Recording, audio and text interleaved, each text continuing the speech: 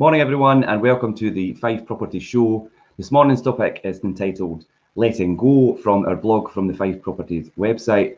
And this morning I have two guests. Our first guest this morning is Karen Marshall. Morning Karen. Hey, how are you? I'm good, how are you? Good. Looks like it's turning out to be quite a nice day. We're all expecting rain and thunder. And we've also got Charlotte Cave this morning. Morning Charlotte. Morning, how are you? I'm good, I'm good. This morning's topic is entitled Letting Go, and it's all you need to know about switching managing agents, which is quite an interesting topic. The blog, as I say, is on the Fife Properties website, so quite a lot of information in there, but we're going to cover a lot of the points this morning and just discuss a few of the key aspects of why you would switch managing agents. And I think if you're a landlord or an investor, and whether it's for additional income or long-term financial freedom, I think one of the most important things is your managing agent and having the right managing agent in place. And I think, Karen, you've had several years in property management, and Charlotte, you're currently property manager, so you will know the importance of, obviously, the key points from property management.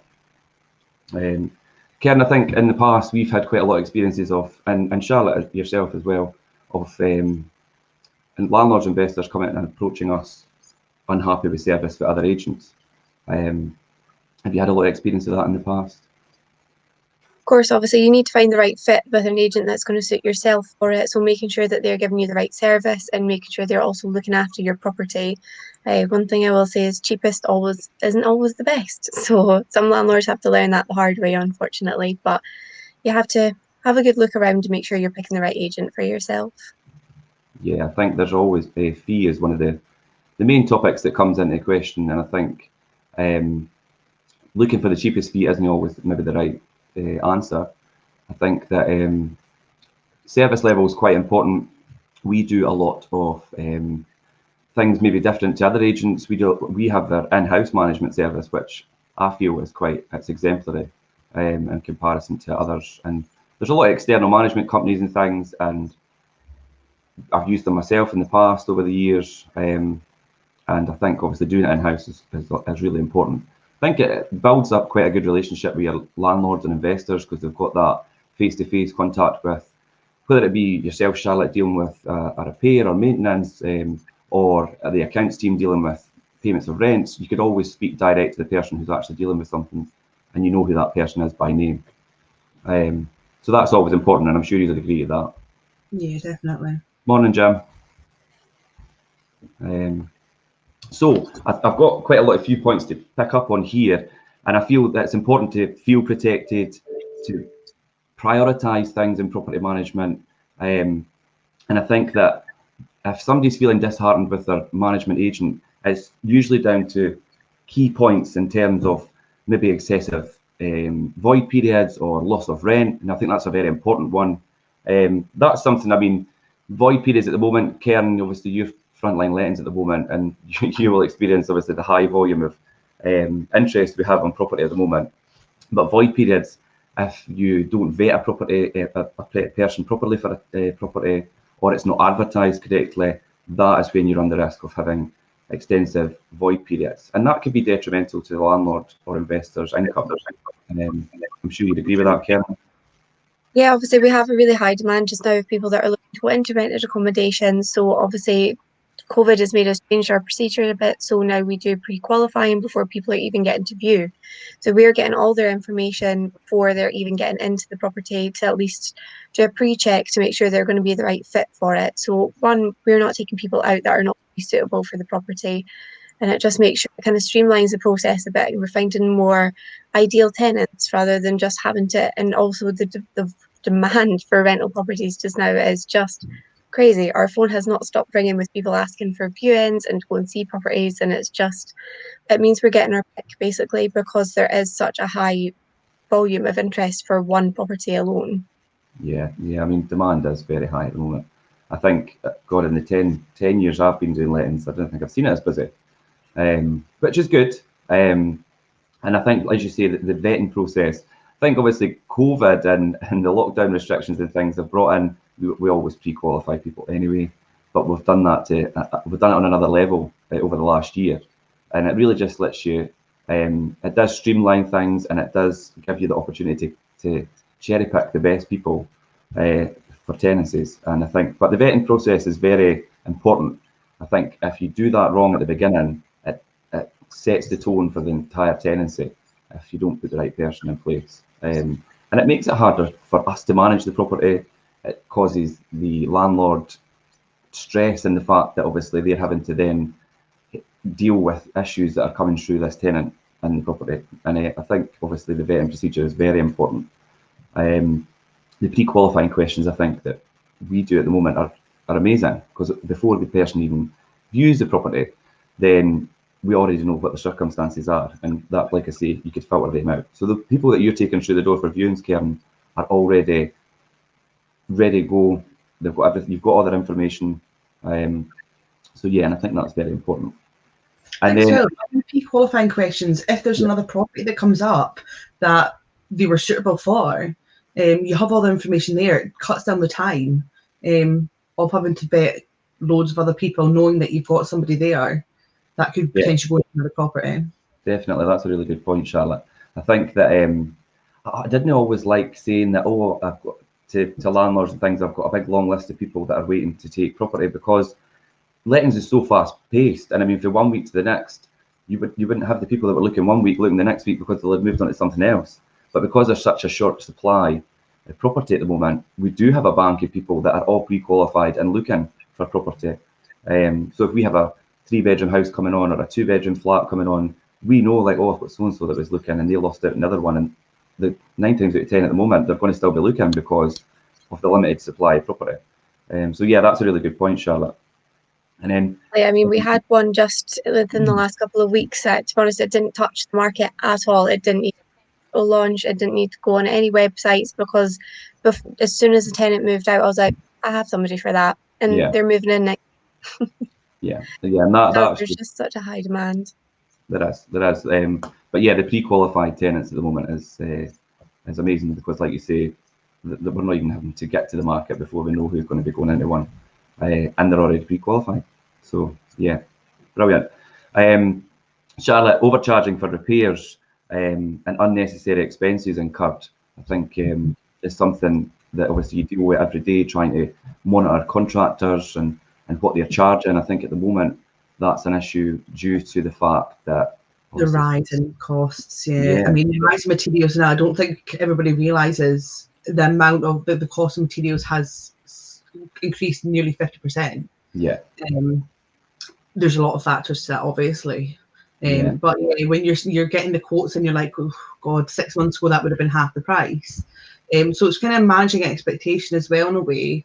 So when you phone up the landlord, say, look, beforehand you'd probably maybe £100, you're probably looking at doubling that now, just due to circumstances. And as long as you keep them in the loop, it's normally absolutely fine. But I mean, a lot of people are aware at the moment, obviously, there's so much delays with contractors because they're just backed up with work.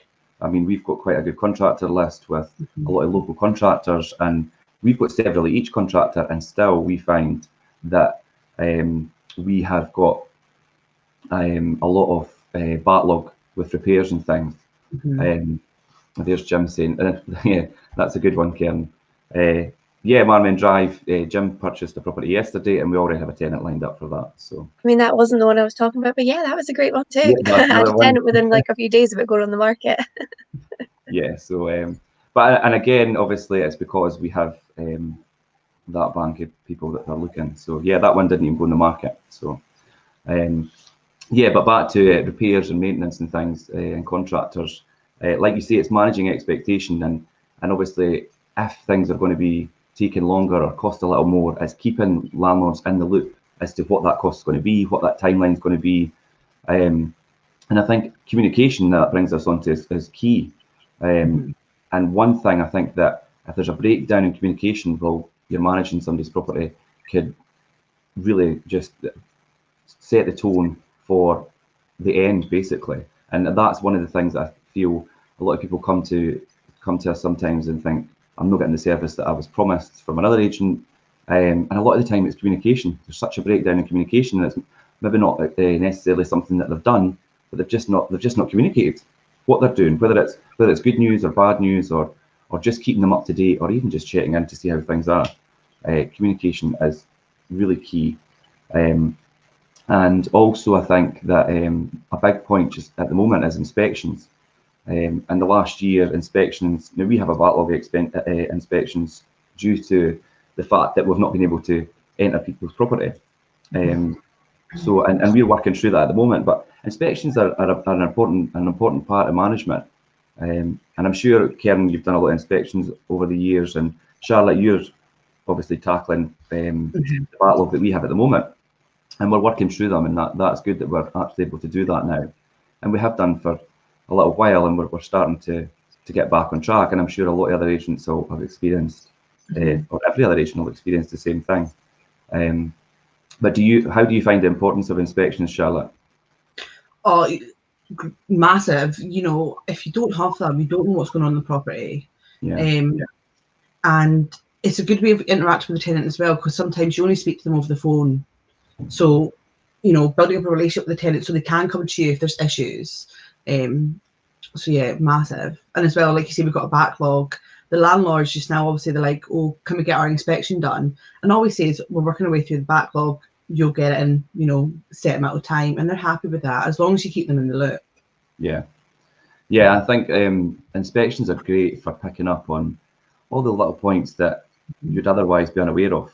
And I think maybe sometimes that there's issues in the property that maybe the tenant necessarily doesn't think is an issue, but to you, you identify it as an issue that's been something that needs to be picked up on, and something that could result in a bigger problem further down the line, and probably even cost a costly repair, which maybe the tenant isn't aware of.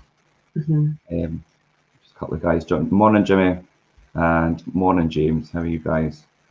Yeah, and then I think another problem is compliance and paperwork when setting up tenancies. I think this is just imperative, and you all know how important the compliance of a property is, especially with the guidelines and things that are in place at the moment. I think whether it's electrical safety, gas safety is a really important one.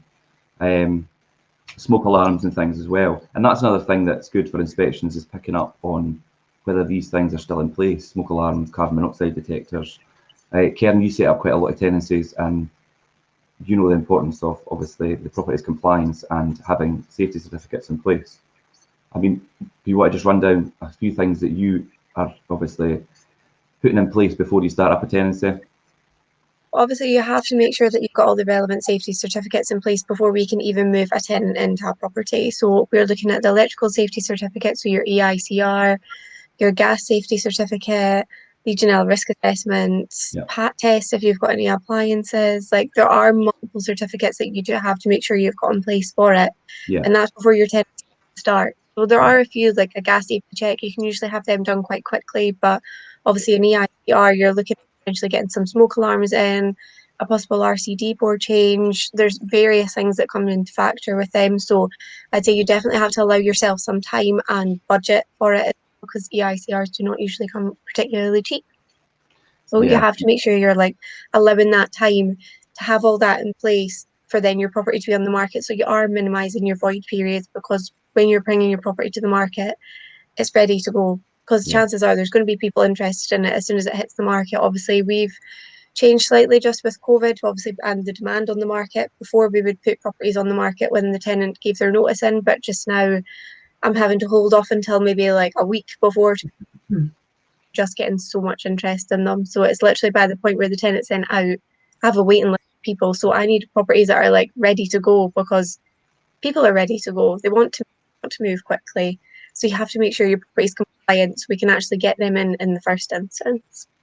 Yeah, definitely. I think that's about like a letting agent as well, and because we recently had one that was with another company, and when the landlord bought it and came to us, it wasn't compliant and there was a tenant in it. It didn't have a valid EICR, the smoke alarms were off the shot, it was horrendous, and there was somebody living in that. Yeah, I think I know what one you're referring to, and it's amazing that tenant's been in there and it's been managed for X amount of years.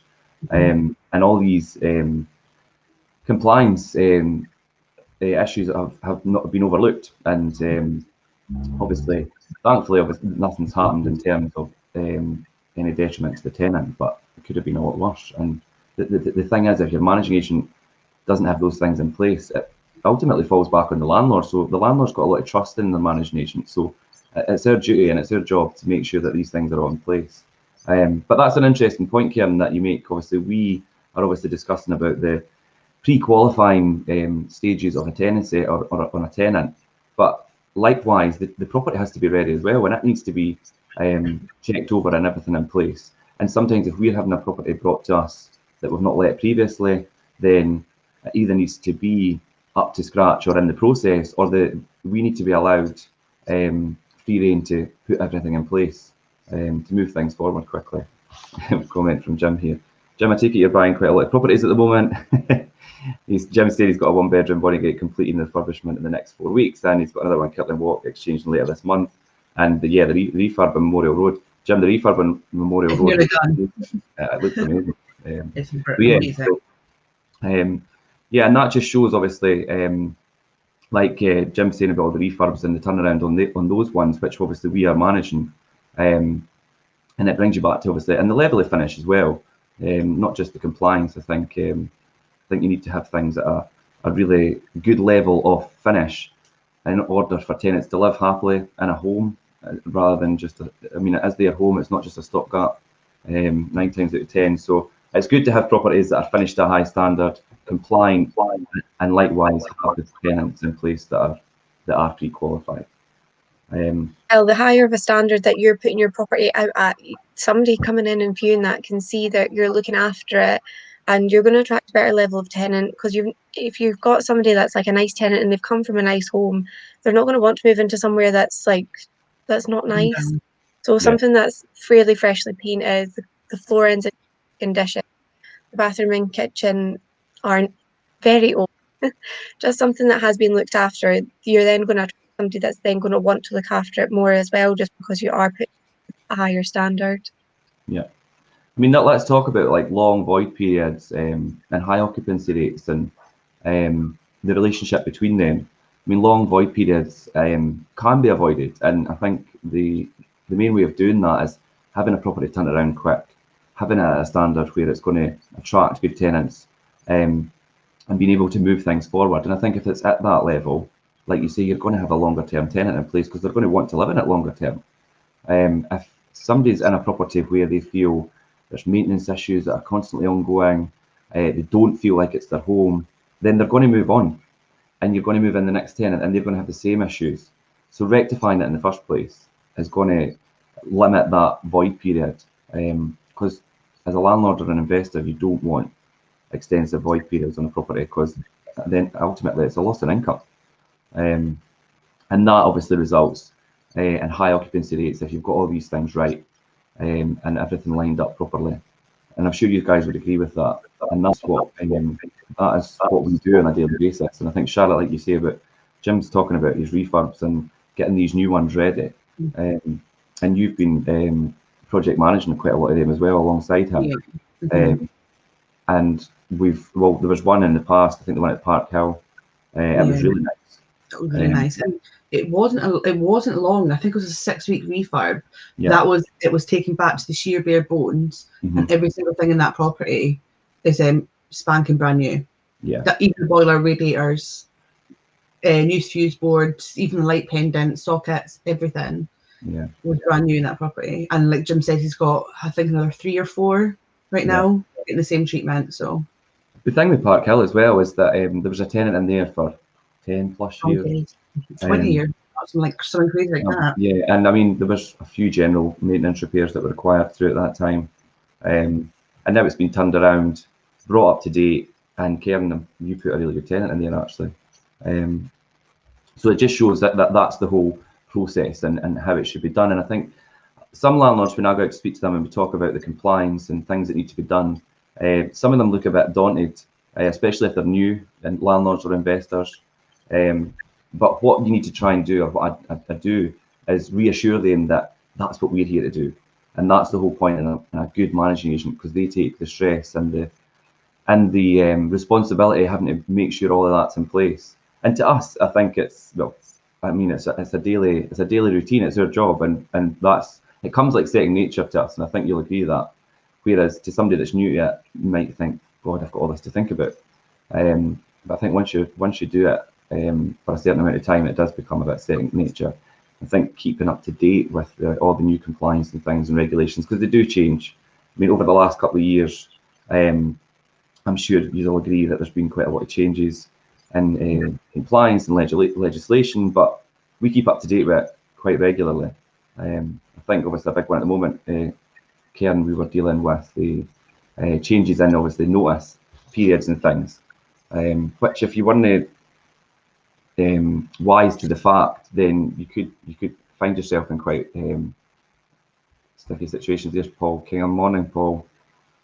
So yeah, you had any experiences where keeping up with compliance lately has been an issue for maybe people coming from other agents and feeling that they've not had that service provided to them or not been given the proper information regarding maybe notice periods or compliance? Yeah, I think as well, people are taken aback just now just by the amount of, if you're looking to maybe serve an eviction because your circumstances have changed and maybe you need in the property or a family member needs in. Normally before it wasn't as long as what they are now, and I think it comes to quite a big shock to some landlords. Yeah. So yeah, definitely keeping up to date with everything is a must. Yeah, I think there was one recently that come to us, Charlotte, and it was notice period.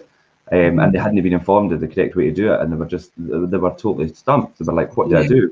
Where do I stand?" And obviously came to us, and that obviously we were able to then obviously advise correctly and help them through that process. But I think sorry, Charlotte. No, carry on. Sorry. I think any reputable agent should have these facts and know this, or even have the ability to go to the right the points of communication where they could find out. Yeah, I had a call the other day, and it was somebody that was with another letting agent, and it was about the repairing standards. They felt like their property was falling below the repairing standards, and they just needed advice on what to do. Yeah.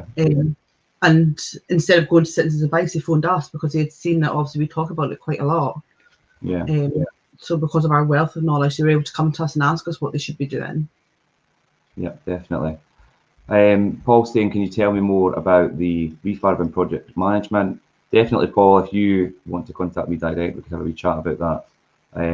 If you've got property that's needing, obviously, that attention. And then Jim's giving us a wee bit of breakdown with regards to Park Hill that we were just talking about, the refurb there. Park Hill cost £30,000 to buy and has earned over £80,000 in rent since purchase. It's at least doubled in value as well. What other asset class can produce these kinds of returns? And I think that's a good point to make, because this property is quite a good investment if it's done, a very good investment if it's done properly. And you're talking about repairs and maintenance and things, and I think these are other points, that response times to emergencies and maintenance, and also around viewings and things as well, Karen. Do you know what I mean? Scheduling viewings and doing them properly and things is a very important aspect. And obviously you arrange quite a lot of viewings on a daily basis. So do you have any input on the importance of how to orchestrate that properly? Yeah, definitely. Obviously, we've got one just now that's going through a refurb process, but we've got it. It's in a condition that we've been able to put it on the market and do some viewings to just managing viewers' expectations for it. So it's one, we had a tenant accepted quite quickly for it, but it's still, I've advised them we should be ready towards the end of the month. So it's just setting reasonable timescales for it, keeping them up to date with it, and just obviously speaking to them about it, what's getting done. Obviously, it's going to be newly floored throughout, freshly painted. And he was like, I've seen some appalling properties in my search for them. So he was like, even the condition that it's in was better than things that he'd seen. So he was like, I'm quite happy. I was like, that. So it is. It's just having, obviously there are a lot of properties out there that are not done to a good standard. So it is. It's just managing landlords of obviously the better property you're putting out there, the better of a tenant you're going to attract, the longer they're then going to stay. And obviously viewers as well, just managing their time scale. If we had somebody for that property that was wanting to move in next week, it wouldn't have worked. So it's just finding that right tenant that's got the time scale to be able to work with us, so they're then getting the property that's ready to go, rather than rushing it and having to deal with teething issues or things that haven't been finished. it's just making sure that everybody's on the same page with it, so everything goes a lot smoother with it. And then the landlord knows we've got a tenant lined up, so as soon as that property's ready, we'll be getting him moved in. Yeah, and I mean, there's so many points throughout that process that I don't think a lot of people understand that need to be checked off. And like you say, obviously, because you do it on a daily basis, it's just what you do. But a lot of people who are maybe inexperienced, or agents maybe that are inexperienced, maybe don't do all those steps and processes. I mean, I think recently you and I, Karen, wrote down every step that we do in that process, and I'm sure it was in excess of 100, which is amazing when you write it down. You didn't actually realise how much different steps you do. Yeah, and that's funny you say about the feedback at viewings, and obviously over the years doing viewings, one of the main things I always hear is, "Oh, this is a lot better than the other ones I've been viewing," or I'll hear horror stories about a property they've viewed in a certain area. And they are out there, and there's properties that are being let that are just really substandard. So it does. Knowing what's getting done for property as well. So when people come in and they're like, "Oh, is this being done? Is this being done?" You don't want to stand there and be like, "I'm not sure." Be like, "This is getting done, that's getting done, and it's getting a clean." Yeah. What it is, it's just knowing what they're getting. Yeah, definitely. And I think there's such a big impact if you walk into a property and it's maybe all freshly done, or it's in the process of getting freshly done, or it's presented really well. I mean, to walk into a property that just doesn't look appealing, doesn't feel welcoming. I think at a show a couple of weeks ago, we talked about these things that just even smells when you walk in, and the use of obviously lighting and mirrors and just other things without even furnishing a property could have such a big impact on the viewer when they walk into a property. And I think that's so important. There's nothing better than walking into a property that you're about to view and smelling fresh paint. Yeah. Nothing better. Yeah. And like I said, or if it's just know that. No, you're right, Karen, when you go. We've got one of them just now, obviously, up in Cooper. We have a lovely house that's all just been upstairs, has been newly carpeted, it's freshly painted, and it's not a bit of a clean. It's nothing bad at all. It's literally just like little scraps of carpet. But obviously, when people are coming in and like it's getting a clean and then it's ready to go, but literally they just come in and they're like, "Oh, I can smell the paint," and it does. It makes such a difference. Just that fresh coat of paint. Somebody knows they're coming in to not having scuff marks all over the walls. And it's such a good impression, just that new carpet smell, that fresh paint smell. It makes such a difference for people coming in to view them. Yeah, definitely. And I think even when people walk in and things are in the midst of being done, they know that obviously the property's in the process of maybe having some new installments, or it's in the middle of being decorated. They know that they're going to have something that's fresh and new. And that all goes hand in hand with having longer term tenants, higher occupancy rates, and obviously limits the void periods in between. So definitely. And then I think referencing as well, Karen, referencing is such a big process, and an important process in the initial stages of letting as well. And I think not just from check your employer and check the previous landlord and things, but I think a personal reference, like when you meet people in a viewing and how they conduct themselves and things, and engaging whether they're right for that property, whether it be where it's located and areas and things like that as well. That's really important as well. Would you agree? Yeah, definitely. Obviously, the reference inside, there's a lot of parts to it that kind of marry up to make one application form. So obviously, we've got pre-qualifying information that we have to check is going to be what people are actually like at the viewing in person, and then what they're like on paper, to make sure their finances check out, who's going to be staying in the property, how long they're looking to rent for. Well, these are all things that we try to establish to start with. Obviously, there's some things that somebody could say to you, "Oh yeah, I went here for years," and they could be in and out within like 6 months for it. So you do kind of have to take people on face value on that side of it. But just obviously speaking to them at the viewing, so obviously we have all their information before I'm even viewing with them, but I'll still ask them questions like, "Oh, like upsize," or like I already know what the answer is on paper, but I want to see what they're going to say in person, and just to obviously build up a conversation with them and see kind of what they're like as well. So you could have somebody that is ideal on paper, but in person you just don't get the right thing for them. Yeah. And obviously in this job as well, you do have to kind of go on a good bit of face value as well. Like you could have somebody that's absolutely lovely at the viewing and then they turn into a nightmare tenant when they're in the property. So it is just kind of trying to match everything up to make sure that you're finding the best fit for the property. Yeah, definitely. I think both sides of that need to match up for things to go ahead the way that they should do. And I think that it is a really important part of putting things in place. So to find the right tenant is just key, because it, like I say, it sets the tone for the entire tenancy, and it could make managing the property for us so difficult. So it's important for us to make the job easier. Like Charlotte, obviously, property management, you'll know obviously all the difficulties you come up against on a daily basis sometimes if the wrong tenant's been put in place. And that's I think if we get properties that have been brought to us by the landlord, that's the tenant that's currently in it was vetted by another agent, you do see that there's more difficulties that way. It can be quite difficult, but like I say, it's just managing the tenant's expectation, but also the landlord's, and having that communication is key. Yeah, building up a good rapport with tenants and landlords, obviously, for the get-go, and maintaining that communication level throughout is really important.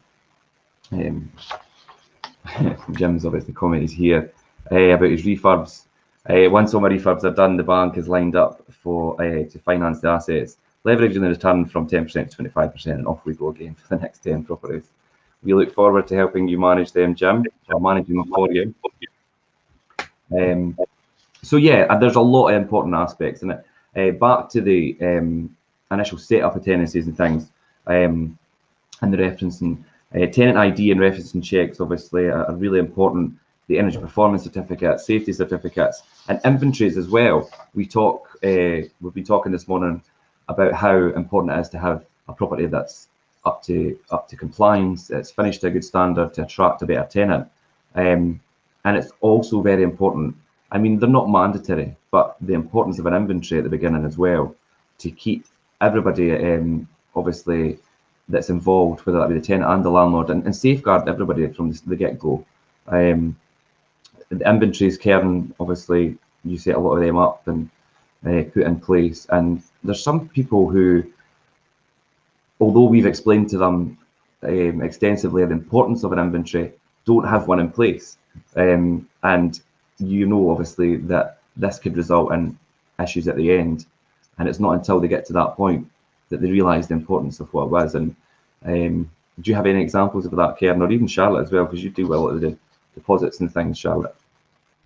Yeah, obviously landlords come to us at the start when maybe somebody's starting off new, and I'm like, right, I've got a tenant lined up, do you want me to inventory for it? And they're like, oh, but there's nothing in the property. I'm like, that's not how it works. Yeah. So it's taken into account, right, regardless of if you have a furnished or unfurnished property, we would always advise you get an inventory for it. This is not taken into account like if you have a couch in it or not. This is taken into account of the condition of your carpets, your walls, any fixtures and fittings, even down to like the worktops, light switches, sockets, everything. This is not just, oh, you've got 2 couches or a bed in it. It's not. It's taken into account the condition that you're giving somebody your property in. So, for example, a tenant moves out and they've left a big iron mark on the carpet. You have nothing. If you've not had an inventory done, you don't have anything to say that that wasn't like that when they moved into that property. So if that claim has to go forward to a deposit protection scheme, you have to prove that it was not like that when you gave it to the tenants. Yeah. So if you don't have an inventory, you don't really have a case for it. So you are going to lose out on that. So the money that you would have spent on an inventory does tend to pay off towards the end of it. And it makes sure you've got a nice what the property was like when you handed it over, so you can make sure that you're then trying to get it back, if not better. Yeah. As well, I think our inventory, people who do our inventories, the quality of them is outstanding. It really is. They've recently changed over how they do them, and the smallest of little details are written on this. And at one point, I've actually had to use them for safe deposit disputes. And if it wasn't for that inventory, the landlord wouldn't have ever seen the deposit money back for the repairs that we need done. So they definitely highly need to get inventories done. Yeah, that's true. I was looking at the new format of what an inventory company uses now, and they were already comprehensive, but they're extensively comprehensive. I think now is probably the best way to put it, which is great, and they need to be like that. That's one of our landlords actually who had never had an inventory done before, asked to see it because he wanted to know what it looked like, and his response was, "This is amazing. I've never seen anything like this before. It's extremely well done." Yeah, yeah. And when we've got new landlords that are signing up as well, and we're the ones that are like, oh, I've got some pictures. I'm like, okay, well, here's an example of what we're ideally looking for.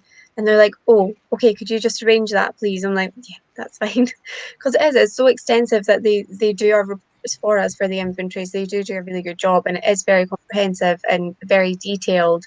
So something like that is going to definitely strengthen a deposit claim if you do have to make one, as opposed to some pictures on a Word doc. That is not going to stand up for anything. So it's making sure you know what an inventory involves and what standard that is needed for you to be able to make a claim if need be. Yeah. And because it comes from a third party, the inventory is a third party. When it does go to dispute, it does help. So it's not like it's one of our agents or the landlord who's trying to claim the money back from an issue that's happened in the property. It does help having that. Yeah. Yeah, definitely a very important part of the initial process, and it does safeguard things for the duration and I think the end of the tenancy. So that it minimises the risk of losing a dispute if there's a dispute to be had at the end of a tenancy. And I think not just for the landlord, for the tenant as well. So yeah, inventory is very important. But let's look at or let's discuss the process of if you were changing to a new letting agent. The changeover, I think there's a lot of risk there where if you're changing to another agent of upsetting your tenant. Changing an agent for a tenant they could really feel uneasy about that. It could put the tenancy at risk. So if you're a landlord or investor and you have an agent who you aren't satisfied with and you want to move agent, it needs to be done quite tactfully and taking the tenants obviously into consideration in terms of putting them at ease as such and saying to them, obviously we're moving, but this is going to be quite a smooth process. It's not going to affect yourself. And I think your new agent needs to pick that up and take on the responsibility of putting them at ease and say, we are now the new agents. This is all your contact details. This is how you pay your rent. This is who you contact for repairs and maintenance. And here's how we operate things and introduce themselves as well. And I think we've obviously dealt with that in the past. And I think it's very important. Karen, you would say the importance of this kind of new introduction to people that you're bringing on. We bring on quite a lot of properties with tenants in place. And you have to establish yourselves and build a relationship from that point. Yeah, obviously, if you've had either like a letting agent dealing with it before, or even we have some landlords that have been managing it themselves and they've had enough of it, and it's not that anything's happened, it's just that they would rather not have to deal with it anymore. So they've brought their properties onto ourselves. So we have one just now that nothing's happened, but we're going to be taking over his properties. So he's asked us if we could pick up the management for the tenancy. So it's like making sure that he's got all the safety side of it in place. We're going to do a new lease for him just to make sure that he's got a lease that's up to date, compliant, and just basically making sure that everything is in place so we've got a nice smooth tenancy going forward. And obviously we discussed with him that we could go out and do an inspection of the property to start with, just so we can introduce ourselves to the tenants. They can see who's going to be managing, know who their point of contact is going forward, because I think especially if you've got a property that you have just been dealing with the landlord and you've built up a relationship with them as a tenant, it can be quite daunting to think that, right, I'm going to a letting agent now as opposed to just having to speak to my landlord about it. But it's just letting a tenant know that we're going to be the ones that will be there for them and their point of contact for it going forward, and making sure that everything is done properly and smoothly to start with, because you don't want to set off on a bad relationship just initially. You want that to be as smoothly as possible. So just setting off that good first example. Yeah, building those initial relationships and trust with the tenants is very important. Morning, Andrea. Yeah, and like you say, you've got an example of one at the moment. I think I know which one you're referring to, and managed properties for themselves for quite a long time, and tenants are used to dealing direct with the landlord, but as landlords or investors build their portfolio, and all these changes in compliance and regulations and things that obviously people find difficult to keep up with, they look to an agent or a managing agent And it can be a wee bit offsetting and daunting to a tenant who's dealt direct with the landlord to think, oh, I'm going to be dealing with an agency and it's going to be so different and they're going to be coming and inspecting my property. And do you know what I mean? So if you build that relationship to start with, whereas like introduce yourself as like Charlotte, you'll do that quite a lot as the property manager. I'll be dealing with your maintenance. You can call me anytime, and just building that rapport for the get-go. I mean, Charlotte, you'll do that regularly. Yeah, I think so. If you have a good relationship and you build it from the start, when issues do arise, maybe not even with the property, maybe with the tenancy itself, and something's happened and they can't afford the rent this month and they're going to be behind, it's easier for them to come and talk to us instead of burying your head in the sand. Yeah. So I think having that kind of professional relationship with them really does help when it comes to issues like that. Yeah, definitely. Yeah, and I think, like you see, we've had issues picking up properties from other agents where we have them passed over into our hands, and we then find that there's a lot of ongoing maintenance issues, property isn't compliant and things. And if you are seen to be the person who comes in and fixes that and puts that right for the tenant, then it establishes a good relationship to that point, and you think, God, these people are going to make sure things are done properly, and that then secures them in the property for a longer period of time, and that again goes hand in hand with minimising void periods and having tenancies run longer, which ultimately is key. Morning, Angela. How are you? So that's very important.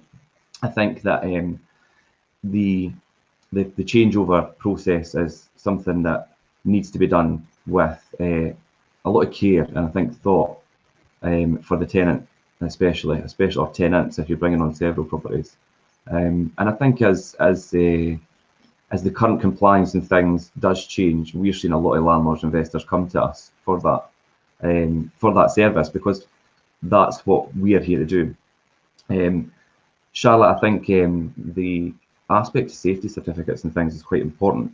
You deal with quite a lot of renewals and obviously putting that in place for new landlords. Have you been dealing with a lot of that lately? I don't know what it is about June, July and August. It's mad. You were talking about this one. That's why I says that to you, because we were discussing it yesterday about the sheer volume of safety certificates for doing it. I think over the last couple of months, 2 months maybe, there's been over 100 safety gas safety been done. But it's keeping your the landlord informed that your gas safety is coming up.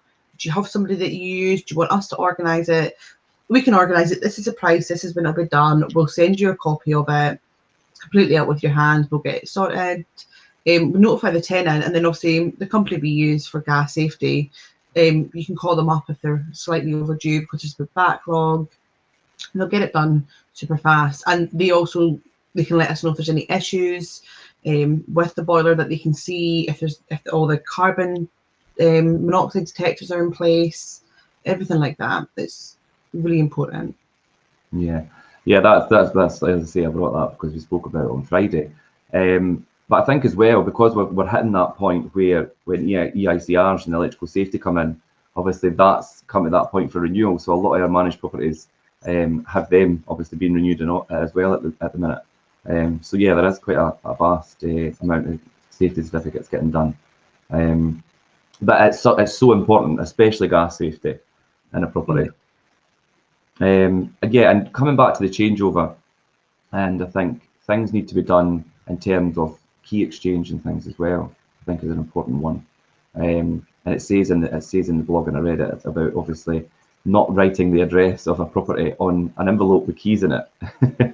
And a lot of people do it and don't think, but that's it's all these little things that people will do without thinking. But I think that's a security risk in itself. Is that something that you see quite a lot? Yeah, I'll see somebody. Oh, sorry, carry on. There you go. Oh no, carry on, you go.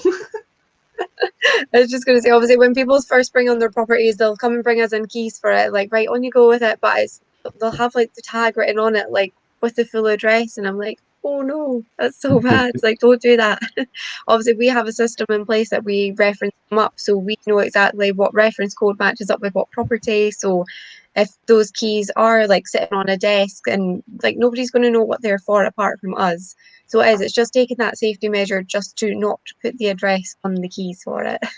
Yeah, yeah, that's a really important one. I see it so much that it's done up quite a lot, and it's just something that generally you wouldn't think of, but because we're obviously daily basis dealing with keys, I mean, obviously we have such an extensive key log and a system of obviously tracking keys, but obviously to any member of the public, the key would be unidentifiable to them, but we know what it's for. So, and I think we've spoke about inventories and their importance, and I think as well the benefit of that when it comes to deposit and deposit disputes, and I think how that's dealt with is really important as well.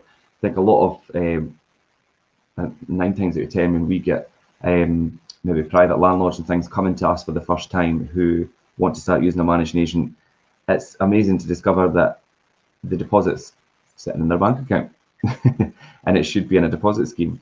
And that is by law, it should be in a deposit scheme, and quite rightly so, because of, I mean, that was implemented for the security of the tenant as well. I think deposits were not dealt with correctly for a long time by private landlords and agencies as well. And I think it's a really good system to manage that and make sure that people's money is kept safe, because the deposit belongs to the tenant for the whole duration of that tenancy. It's their money, and if they leave the property without any defects or anything, it's still their money. It's only there as a safeguard if things unfortunately maybe don't go the way they should at the end of the property inspection. And you both do a lot of the sign out inspections and things, and you'll know the importance of deposits and deposit disputes and how much time we spend making sure that that's done correctly. And just have a lot of any input on that.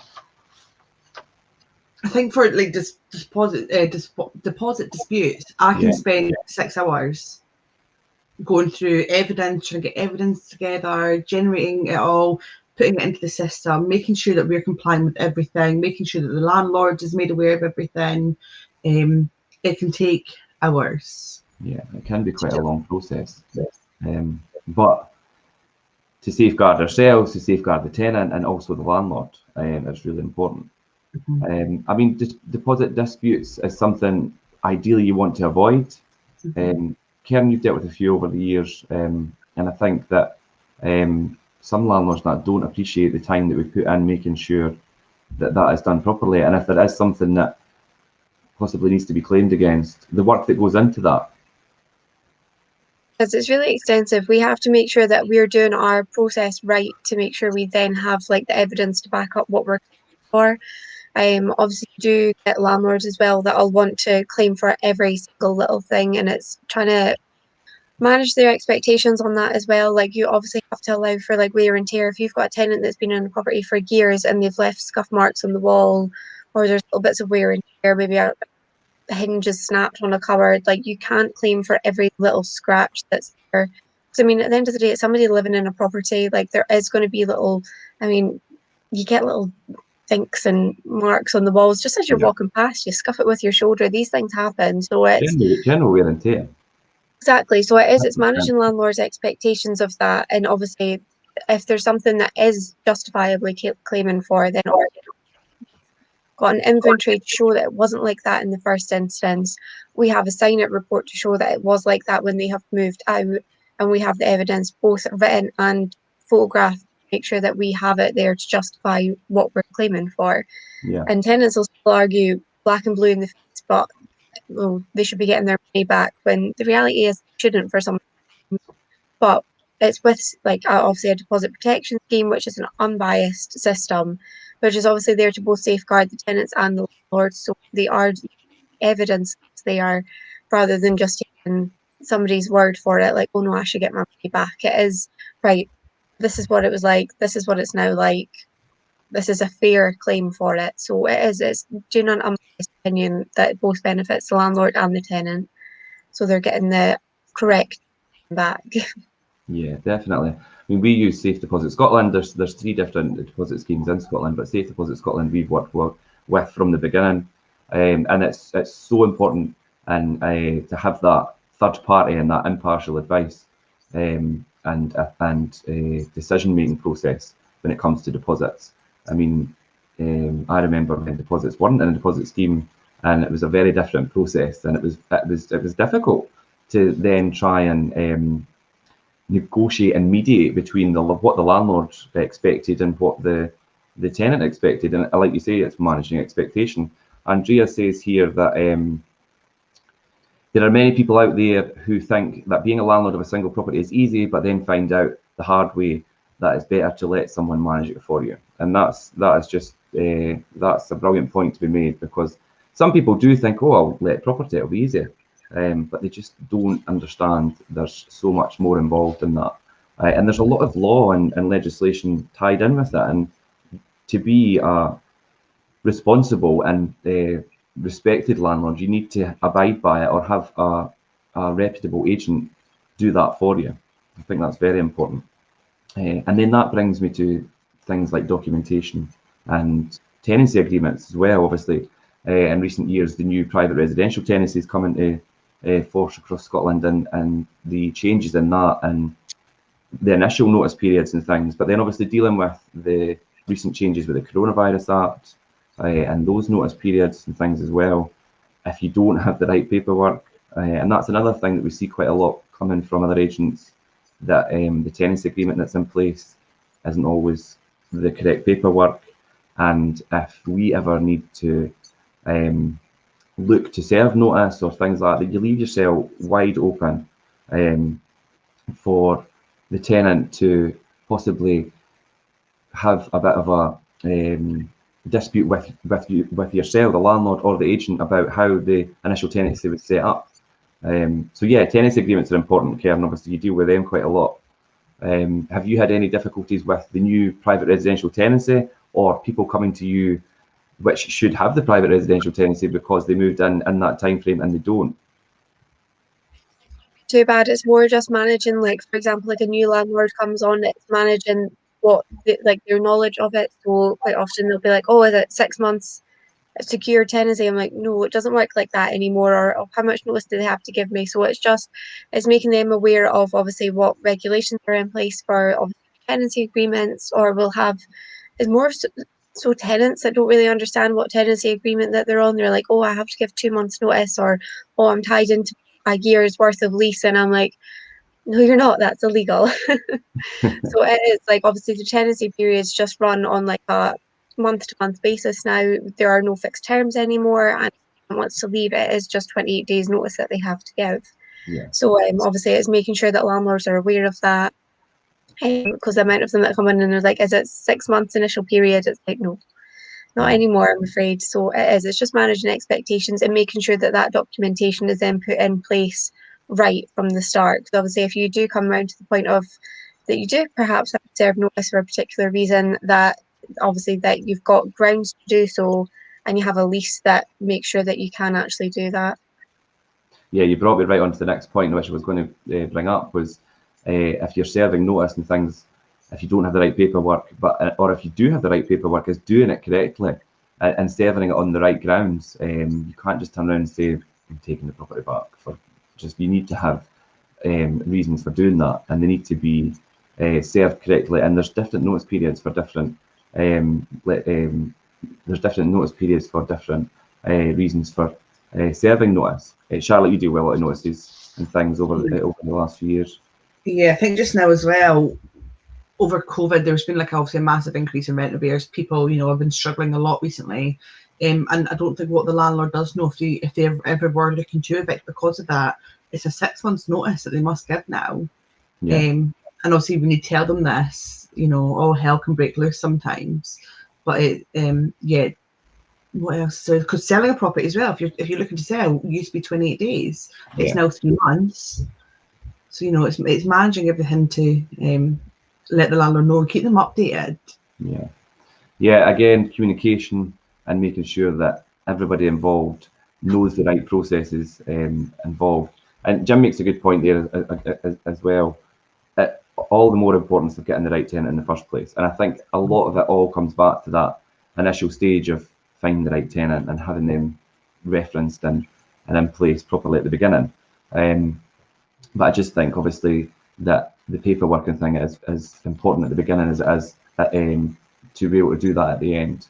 And I think there's so much today that obviously all ties in and goes hand in hand with the processes at the beginning, the processes throughout the management, and at the end as well. I think it is very much an ongoing thing that we obviously as a team, whether it be from the lettings in the beginning or the management throughout Charlotte, we all work together as a team to make sure that all those processes are following a timeline and communicated properly. I think you would agree with that. Yeah, definitely. Yeah. So yeah, I mean, final thoughts on today. What would you say your final thoughts on today's topic is, Karen? Find a right agent that knows what they're doing, and that they're going to put the right tip. Yeah. Charlotte? Yeah, definitely. Like Karen said, it's having the right agent and managing agent. If you don't have faith in them, then it's never going to work. Yeah. Yeah, I think if, from my point of view, if you're a landlord or an investor and you have one property or you have 3 properties and you're maybe struggling with how to manage them properly, speak to the right people, speak to yourselves, and have a reputable agent pick things up and deal with it for you. And likewise, if you're already a landlord and investor but looking to expand and think, if I'm going to expand, I'm not going to have time to manage all these properties, then the way to do that and the way to progress in yourself as an investor and things is to have a good agent in place and doing all these points that we've picked up today, whether it's from tenant referencing and pre-qualifying to having all the right safety aspects in place and the ongoing management and communication between landlord, agent, tenant. And I think these are all key points and very important of the whole management process.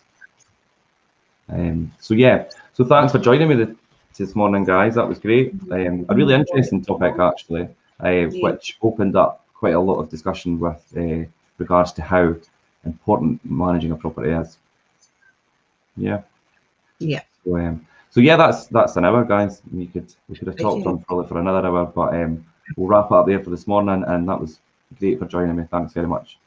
And thanks everyone for joining in and commenting. Okay. Hey guys, see you later. Bye. Okay, bye.